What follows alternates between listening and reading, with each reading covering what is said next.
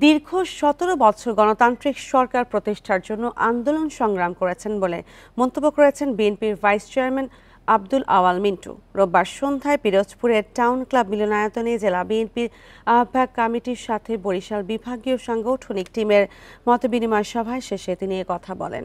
এ সময় মিন্টু বলেন, যত তাড়াতাড়ি সম্ভব জাতীয় নির্বাচন দিয়ে দেশে গণতন্ত্র প্রতিষ্ঠা করতে হবে। অগণতান্ত্রিক সরকার বা অনির্বাচিত সরকারের মাধ্যমে গণতন্ত্র ফিরিয়ে আনা যাবে না বলেও জানান তিনি।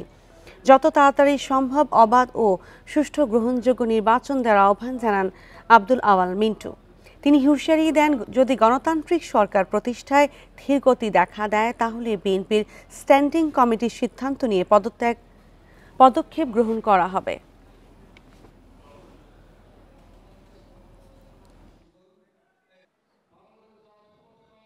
অগণতান্ত্রিক সরকারের মাধ্যমে বা অনির্বাচিত সরকারের মাধ্যমে তো গণতন্ত্র ফিরিয়ে আনতে পারবে না।